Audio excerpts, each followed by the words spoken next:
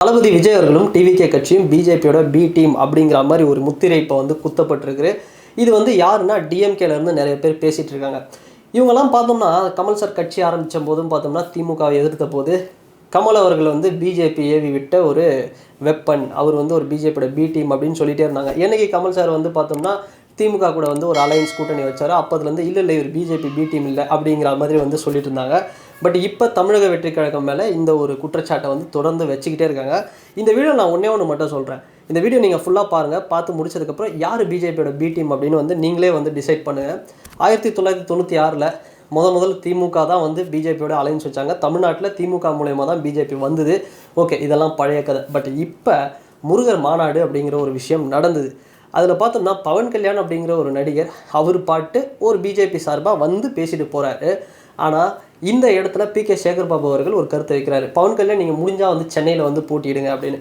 நான் என்ன நினச்சேன் அப்படின்னா, பவன் கல்யாண் ஓகே, ஒரு ஆள் வந்து 2 MP தொகுதியில் நிற்கலாம். ஒருவேளை பவன் கல்யாண் வந்து சவுத் தமிழ்நாட்டில் பிஜேபி பிளான் பண்ணுறாங்களோ நிப்பாட்டுறதுக்கு. ஏன்னா அங்கே கொஞ்சம் பவன் கல்யாணுக்கு தமிழ்நாட்டில் கொஞ்சம் மாஸ் இருக்குது, ஃபேன் பேஸ் இருக்குது அப்படின்னு. ஆனால் டிஎம்கே என்ன பண்ணுறாங்கன்னா, நீங்கள் ஏங்க சவுத்தில் நிப்பாட்டுறாங்க நம்ம பவன் கல்யாணை, நீங்கள் தூக்கிட்டு வந்து சென்னையில் நிப்பாட்டுங்க. சென்னையில் வந்து பெரிய அளவில் தெலுங்கு ஸ்பீக்கிங் மக்கள் இருக்காங்க, தெலுங்கு பேசுபவர்கள் இருக்காங்க. அதனால் பவன் கல்யாணுக்கு ஃபேன்ஸும் இங்கே அதிகம், அதனால் நீங்கள் இங்கே வந்து நிப்பாட்டுங்க அப்படிங்கிற மாதிரி சேகர்பாபு அவர்கள் வந்து சொல்கிறாரோ அப்படிங்கிற மாதிரி. ஸோ இதெல்லாம் பார்க்கும்போது உண்மையாக வந்து ஒரு டிஎம்கேவுக்கும் வந்து பிஜேபிக்கு ஒரு இன்டைரக்ட் அலைன்ஸ் இருக்குமா? ஏன்னா தளபதி வந்து பல மேடைகளில் விஜய் அவர்கள் வந்து சொல்லியிருக்கிறாரு. என்னென்னா, இவங்க எதிர்க்கிற மாதிரி எதிர்ப்பாங்களாம், அவங்க சண்டை போடுற மாதிரி சண்டை போடுவாங்களாம், மக்களுக்கு பார்த்தா வந்து இவங்க 2 பேரும் உண்மையாகவே எதிரிகள் மாதிரி இருக்கிற மாதிரி இருக்குமோ அப்படிங்கிற மாதிரி ஒரு டவுட் வந்து கிளம்பியிருக்கு. வேறு ஒன்றும் இல்லை.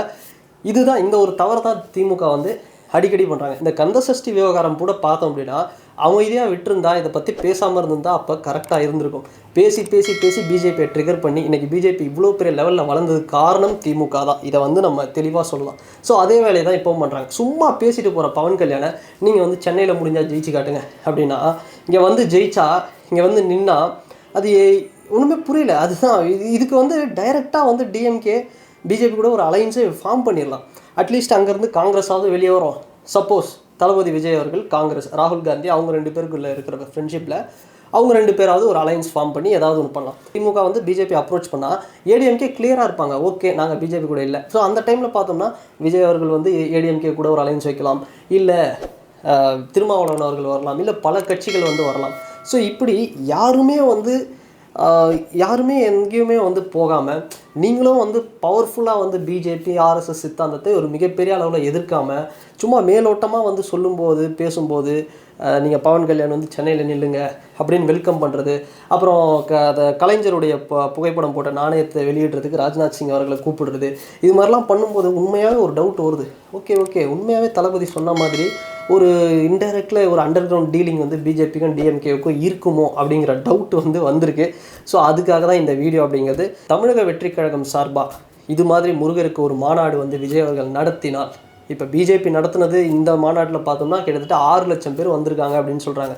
இதுவே தமிழக வெற்றி கழகம் வந்து நடத்தினாங்க, தளபதி விஜய் அவர்கள் இப்படி ஒரு மாநாட்டை முருகருக்கு நடத்தினார் அப்படின்னா கண்டிப்பாக 10 லட்சம் பேர் வருவாங்க. அதுக்கு மேலேயும் வரதுக்கு வாய்ப்பு இருக்குது. இன்றைக்கி இளைஞர்கள்லாம் பார்த்தோம்னா கூட அந்த முருகருடைய வழிபாட்டில் தீவிரமாக இறங்கியிருக்காங்க.